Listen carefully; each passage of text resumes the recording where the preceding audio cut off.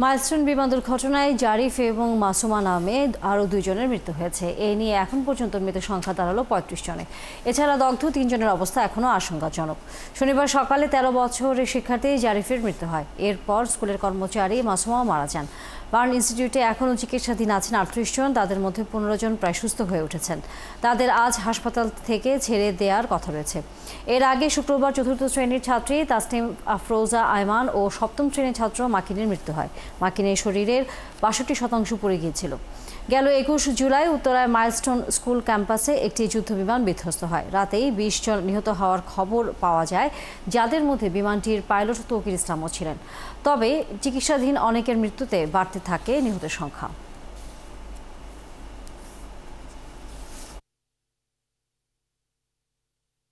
কিছুটা দুঃসংবাদ আমাদের জন্য যে 2টা রোগীকে আমরা আজকে হারিয়েছি, একজনকে সকাল 9টায় আর একজনকে 10টার দিকে। আমাদের মাল্টিডিসিপ্লিনারি বোর্ড সহ বিদেশি যে ডাক্তাররা আসছে তাদের সহ সকালবেলায় আমরা বসেছিলাম, বসে একেবারে ইনানিমাস মানে ডিসিশনের মধ্যে কোনো পার্থক্য নেই। আমরা ডিসিশনগুলো নিয়েছি, ডিসিশনগুলো নেওয়ার পরে আমরা আসলে আমাদের কার্যক্রমগুলো শুরু করেছি। দর্শক, এই বিষয়ে বিস্তারিত জানাতে জাতীয় বার্ন ও প্লাস্টিক সার্জারি ইনস্টিটিউট থেকে যুক্ত হচ্ছেন সহকর্মী ইমতিয়াজ রানী। ইমতিয়াজ, আশঙ্কাজনকদের নিয়ে চিকিৎসকরা সর্বশেষ কি তথ্য জানিয়েছেন, এবং একই সাথে আমরা একটু জানতেই চাই যে কয়জন এখন সুস্থ আছেন বলে চিকিৎসকরা বলছেন যে তাদের হয়তো কিছুদিনের মধ্যে ছেড়ে দেওয়া হবে, সেই ক্ষেত্রে তাদের ছেড়ে দেওয়ার প্রক্রিয়াটি শুরু হবে কখন থেকে বা কবে থেকে, এবং তাদের জন্য আসলে কি নির্দেশনা দিয়েছেন চিকিৎসকরা?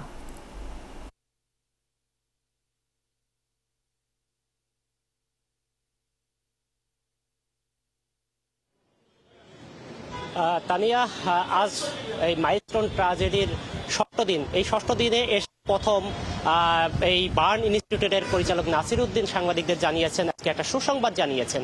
তিনি আজ এই বিকেল থেকে সন্ধ্যার মধ্যেই 2 জন দগ্ধ যারা হচ্ছে অনেকটাই সুস্থ হয়ে গেছে, তারা বাড়ি ফিরতে পারবে। তিনি বলেছেন যে মোট গতকালকেই আসলে তিনি বলেছিলেন যে 15 জন মোটামুটি অনেকটাই সুস্থ কিংবা সুস্থ হওয়ার প্রক্রিয়ায় রয়েছেন। এরা আসলে ধীরে ধীরে মানে পর্যায়ক্রমে বাড়িতে চলে যাবেন। আর হচ্ছে আজকে তিনি জানালেন আজকে 2 জন চলে যাবেন। এই 2 জন যদি হাসপাতাল ছেড়ে বাসাতে চলে যায় তাহলে বর্তমানে হাসপাতালের রোগী সংখ্যা দাঁড়াচ্ছে হচ্ছে 36 জন। তবে এই সুসংবাদের পাশাপাশি একটি দুঃসংবাদও আছে, যেটি আপনি বলছিলেন এবং আমাদের ইয়েতে দেখা 71-এ যাচ্ছিল, যেটা হচ্ছে 2 জন কিন্তু আজকে সকাল থেকে 2 জন মারা গেছে, যারা হচ্ছে মাইলস্টোন ট্র্যাজেডির আহত ছিলেন। একজন হচ্ছে 13 বছর বয়সী শিক্ষার্থী জারিফ এবং হচ্ছে মাইলস্টোন স্কুলের সকালে মারা গেছেন। এর মধ্যে আমরা যতটুকু জানতে পেরেছি জারিফের বাদ আসর উত্তরাতে জানাজা অনুষ্ঠিত হবে এবং মাসুমার যে লাশ তার নিজ বাড়িতে অর্থাৎ তার নিজ জেলা ভোলাতে নিয়ে যাওয়া হয়েছে, সেখানেই তাকে সমাহিত করা হবে। তাই আরও হচ্ছে ডাক্তার নাসির উদ্দিন তিনি আমাদেরকে জানাচ্ছিলেন যে দেশের বাইরে থেকে 3টি দেশের থেকে বাংলাদেশে চিকিৎসা সহায়তা দেওয়ার জন্য এসেছে। ভারত থেকে 4 জন, সিঙ্গাপুর থেকে 5 জন আর চীন থেকে 9 জন। এরা মূলত তিনটি দেশের থেকে এই বিশেষজ্ঞরা মূলত বাংলাদেশের বার্ন ইনস্টিটিউটের ডাক্তারদের সাথে একটা প্রোটোকল তৈরি করে চিকিৎসা দেওয়ার একটা প্রক্রিয়া শুরু করেছে।